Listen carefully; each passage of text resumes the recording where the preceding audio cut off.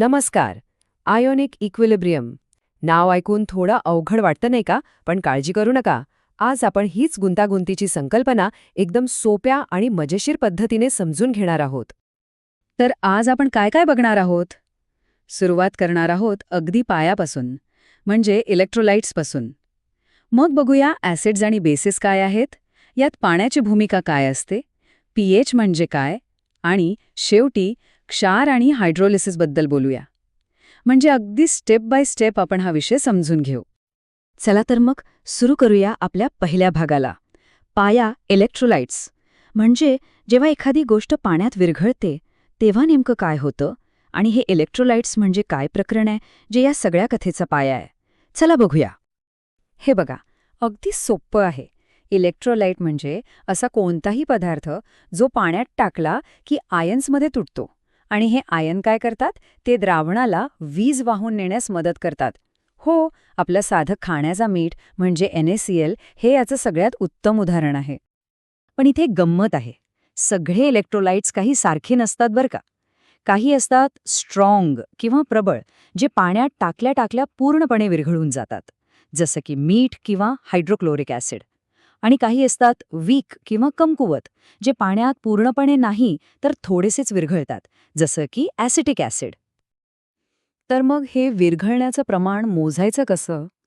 त्यासाठी एक टर्म आहे, डिग्री ऑफ डिसोसिएशन, ज्याला आपण अल्फाने दाखवतो.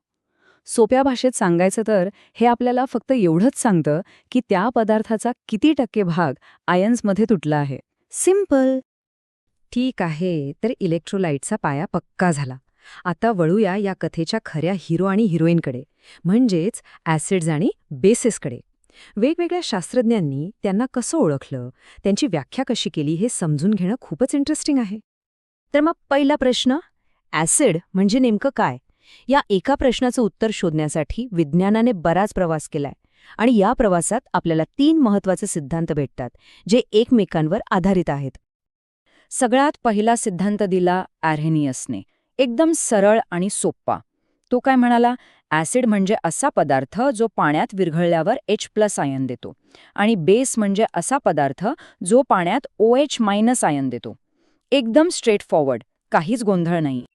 पण मग आले ब्रॉन्स्टेड आणि लॉरी. ते म्हणाले, अरे थांबा, याच्याही पुढे एक गोष्ट आहे. त्यांनी फक्त पाण्यात विरघळण्याचा विचार नाही केला, तर त्यांनी लक्ष केंद्रित केलं प्रोटॉनच्या देवाणघेवाणीवर. त्यांच्या मते ॲसिड म्हणजे प्रोटॉन डोनर, म्हणजे जो H+ देतो, आणि बेस म्हणजे प्रोटॉन एक्सेप्टर, म्हणजे जो H+ घेतो. ही व्याख्या जरा जास्त व्यापक आहे. हे उदाहरण बघा, म्हणजे लगेच कळेल. इथे HCl जो ॲसिड आहे तो आपला प्रोटॉन NH3 म्हणजे बेसला दान करतोय. आणि गंमत बघा, या देवाणघेवाणीनंतर काय होतं, जे नवीन पदार्थ तयार होतात ना, त्यांना कॉन्जुगेट ॲसिड बेस पेअर्स असं म्हणतात. मस्त आहे ना ही संकल्पना? आणि मग येतो सगळ्यात मोठा खेळाडू, लुईस. त्याचा सिद्धांत या सगळ्यांपेक्षा व्यापक आहे. तो प्रोटॉनच्या भानगडीतच पडत नाही, तो थेट इलेक्ट्रॉनच्या जोडीबद्दल बोलतो. तो म्हणतो, जो इलेक्ट्रॉनची जोडी स्वीकारतो तो ॲसिड, आणि जो इलेक्ट्रॉनची जोडी दान करतो तो बेस. आता या व्याख्येत खूप काही सामावून जातं. बरं, आपण ॲसिड आणि बेसबद्दल बोललो, पण हा सगळा खेळ कुठे चालतो, त्याचं कार्यक्षेत्र काय आहे? अर्थातच पाणी. पाण्याची भूमिका ह्यात फक्त एका सॉल्व्हेंटपुरती मर्यादित नाहीये, ती खूप महत्त्वाची आहे. पाण्याचं एक भन्नाट वैशिष्ट्य आहे माहितीये, ते म्हणजे त्याचं दुहेरी व्यक्तिमत्व. म्हणजे काय, तर ते कधी ॲसिड म्हणून वागतं तर कधी बेस म्हणून. समोर कोण आहे यावर ते ठरतं. ह्या अफलातून गुणधर्माला ॲम्फोटेरिक असं म्हणतात. आणि इतकंच नाही, पाणी स्वतःशीच खेळत असतं. म्हणजे शुद्ध पाण्यात एक पाण्याचा रेणू दुसऱ्या पाण्याच्या रेणूला प्रोटॉन देतो. हो, खरंच. या प्रक्रियेला म्हणतात ऑटो आयनायझेशन किंवा पाण्याचे स्वआयनीकरण. आणि यामुळे H3O+ आणि OH- आयन तयार होतात. आणि यातली सगळ्यात महत्त्वाची गोष्ट काय आहे माहितीये, की ठराविक तापमानाला, म्हणजे समजा 25°C या तयार झालेल्या H+ आणि OH- आयनच्या कॉन्सन्ट्रेशनचा गुणाकार नेहमी स्थिर असतो. ही एक कॉन्स्टंट व्हॅल्यू आहे, जिला आपण KW म्हणजेच आयनिक प्रॉडक्ट ऑफ वॉटर म्हणतो. आणि ती आहे 1.0 गुणिले 10 गुणे 14. हा आकडा खूप महत्वाचा आहे. ओके, तर आता आपल्या द्रावणात H+ आणि OH- आयन आहेत. पण त्यांचं प्रमाण किती आहे, द्रावण ॲसिडिक आहे की बेसिक, हे कसं ठरवणार? यासाठीच एक गुणफलक आहे, एक स्कोर कार्ड आहे, आणि ते म्हणजे आपली सर्वांची परिचयाची pH स्केल. तर pH म्हणजे काय?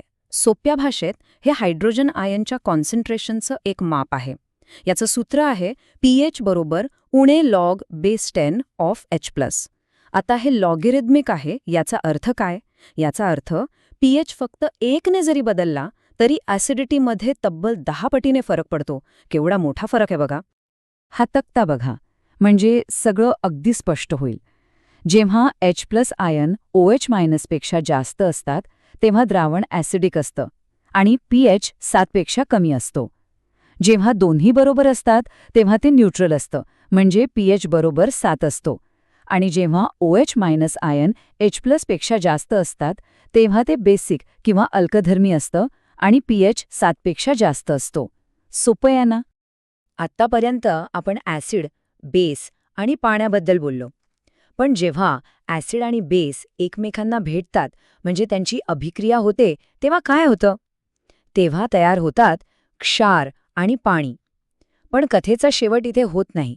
खरा परिणाम तर पुढे आहे.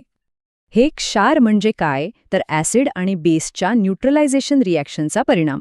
आणि गंमत म्हणजे तुम्ही कोणता ॲसिड आणि कोणता बेस वापरता यावर क्षाराचा प्रकार ठरतो. म्हणजे प्रबळ ॲसिड आणि प्रबळ बेस, की प्रबळ ॲसिड आणि कमकुवत बेस, असे एकूण 4 मुख्य कॉम्बिनेशन्स शक्य आहे. आणि इथेच येतो एक महत्वाचा ट्विस्ट, ज्याला म्हणतात सॉल्ट हायड्रोलिसिस. म्हणजे काय, तर काही क्षार पाण्यात विरघळल्यावर त्यांचे आयन पुन्हा पाण्याबरोबर अभिक्रिया करतात आणि ह्या अभिक्रियेमुळे द्रावण ॲसिडिक किंवा बेसिक बनू शकतं. म्हणजे क्षार टाकला तरी pH बदलतो. आता प्रश्न येतो, हे असं का होतं? यामागचा नियम अगदी सोपा आहे. जो आयन कमकुवत पालकाकडून आलेला असतो, म्हणजे कमकुवत ॲसिड किंवा कमकुवत बेसपासून, तोच पाण्याशी अभिक्रिया करतो. जो प्रबळ पालकाकडून येतो तो शांत बसतो. म्हणूनच प्रबळ ॲसिड आणि कमकुवत बेसचा क्षार द्रावणाला ॲसिडिक बनवतो. आणि या सगळ्या माहितीनंतर आपण आपल्या शेवटच्या आणि सगळ्यात महत्त्वाच्या प्रश्नावर येतो. जर ॲसिड आणि बेस एकत्र येऊन एकमेकांना न्यूट्रल करतात आणि क्षार बनवतात, तर मग प्रत्येक क्षाराचं द्रावण न्यूट्रल म्हणजे pH 7चं का नसतं? आणि याचं उत्तर आता आपल्याला माहीत आहे, कारण सगळा खेळ मूळ ॲसिड आणि बेसच्या ताकदीवर अवलंबून असतो. हेच आपल्याला शिकवतं की रसायनशास्त्रात आणि कदाचित आयुष्यातही संतुलनच सर्व काही आहे.